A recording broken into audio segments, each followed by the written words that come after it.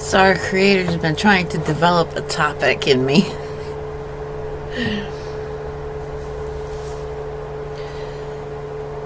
I had my springtime dream that gives me a sense of what's to come. And what I saw was me being drawn away from a place, a dome with God's hand on top of it, and red like dust, destroying it. Now I know something in me, that old way, that corrupt, those corrupt dwelling places are going to be volcanic explosion, nuclear blast, and always, from my experience, it's always change of circumstances. Things get nuked. My relationships, my housing, my finances, everything gets nuked. I'm just used to that.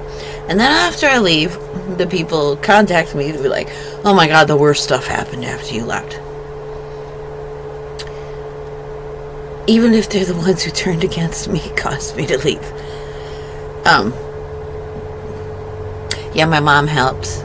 You know, the ex that was friends with a lawyer, Hicktown in Maine, another lawyer who couldn't practice in the circuit, is like, what he did is so illegal. I would so take his legal license, get that judge disbarred for it if I worked in the circuit. But I don't work in the circuit, so I can't. So my mother got on that bandwagon and would do whatever she could. They couldn't find any fault with my parenting. The state couldn't take my kids. There's no neglect. There was no abuse. I was, according to them, I didn't allow them natural affection. That basically, if my kids didn't want to be touched, I defended my kids. They didn't like that. So my mother jumped on that bandwagon, and then he gets the kids, obviously, and my mother calls me up. You gotta come get your kids. He won't let me see them. You hate your grandkids anyways. You thought you were going to get something. You wanted to be able to see the kids so you could get with the guy. That's my mother in a nutshell. But she would delude herself, be all delusional. So this is normally how my life goes. But then I had another dream where I was in a new household and something was happening. And people will often say to me, do I know you? We've met before, and I've never met him before, but I know that we meet in the dream space. And I was given to reflect the other day with the second dream about how, in some sense or way, we're leaving a part of ourselves. We're paving the way to draw us there. It's like leapfrogging energetically. We plant a part of ourselves and then we go. So that's how room is made for us there, and negotiations are made, and the circumstances we're going to be there, how long we're going to be there, yada yada. And then I'm praying, I'm singing this morning, and I'm just getting the sense of summoning faith and sending it ahead in grace for when we need it, for any trying times that come up. And then I'm being prompted to remember the midrash where two guys, only enough water for one, have to go on a long journey, and how do they interpret a rabbi's teaching, which they consider God's teaching, something about your brother. And their only two choices that they presented the student was, what does that mean? And they don't have a set answer. This is, it's still unanswered. They don't know how. This is a problem that needs to be solved. You, the student, you have to solve it for yourself. Maybe you'll be the one enlightened to have an answer, and then we'll make that Torah or Tanakh or Midrash, whatever. wherever they decide to place it. So their choices were: drink it all yourself, let your brother suffer, you bring your spirit, your intentions, your love of your brother with you. Or does it mean that you take half the water, you give the other half to your brother, and you both perish halfway there? Is that the better route? And I'm sitting there thinking, no, if God set this journey before you, our job is to have faith that provision will be made on the journey. So there's an unexpected oasis there somewhere. Or you're miraculously not going to sweat all your fluids out. You're going to be like a Native American, be able to run for days without dehydrating or getting hungry. That's my avenue. Like, gotta have trust in these things. Go. So the concept is being introduced to me about portions for an amount of time. Like our Creator said, I will only contend with man for so many years. He meant, a year for a day, this many thousand years. He's going to let this, these fields grow with the wheat and the chaff together before the harvest. And I forgot where I read it, but there was a point, a teaching or a scripture about an allotment of spirit, of gifts, of energy to accomplish certain things. Now, if our Creator's given free will to everybody and desires that none should perish, that's the desire. And so he would put enough resources, enough faith for everybody to make it to the end.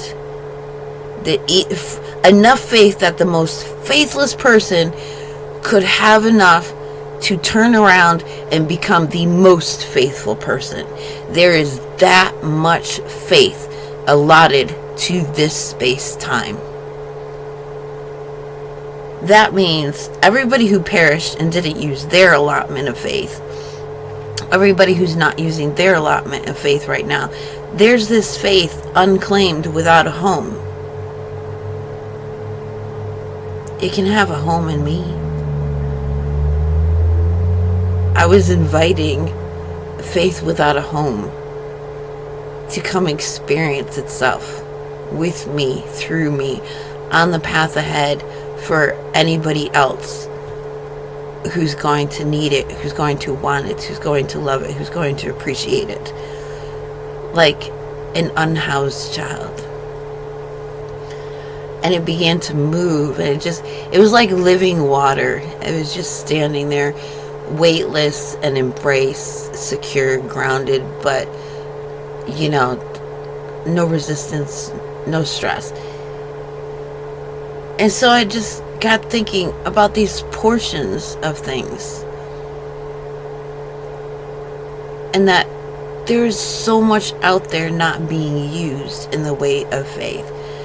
So there's no need for any of us to feel like we're lacking in it. We live in an abundant universe. It's endless.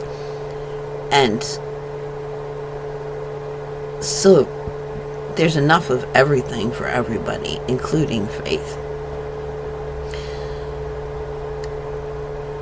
I don't know why. It was just, this is what's being brought to my attention, faith. Pray for it. Because there's more than enough of it. I guess that's the point. Pray that it paved the way for you. That every act, every stop, every meeting, every obstacle, that this faith go ahead of you and nurture you. And just by moving that energy of faith, with that signature of faith on it, I begin to move all faith, all signatures of faith, all energetic. So if somebody's like, oh, this is faith killing, I'm moving the faith aspect of it, and create and revitalizing the faith, the word faith in that. And then everything else diminishes in relation to it, because I'm moving it, I'm revitalizing it like water, living water, refreshing its springs. And you can do the same thing, of course. Maybe it's your gift and that's why you're being led to do this. And do that thing. Whatever your passion is. I'm not a trained singer. I don't sing in front of people. But it's the voice.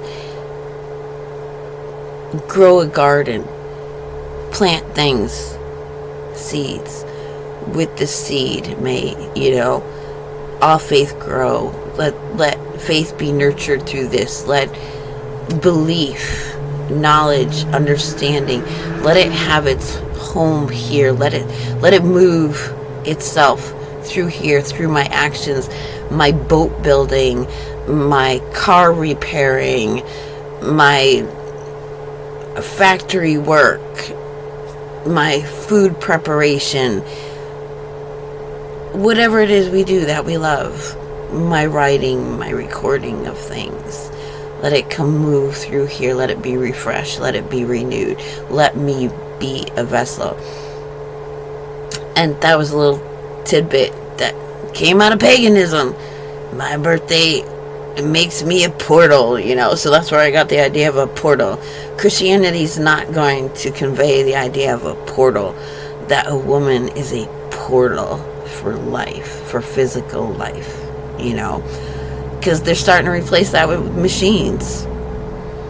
Taking cow uteruses, plugging them to machines, putting a fertilized human egg in it, and see, woman doesn't need to be. What are you talking about, woman? Life is our intellect and our capabilities. That's the portal for life into this world. No. So yeah, whatever you do, wherever your passion lies, you can use that to move any kind of energy, faith, belief, hope, love, caring, compassion, understanding, knowledge, the wisdom, which is the combination of understanding and compassion and consideration and experience. All of that goes into wisdom.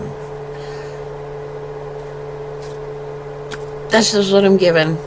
It's a principle. It's guidance. Obviously, it has a purpose. So I'm sharing it.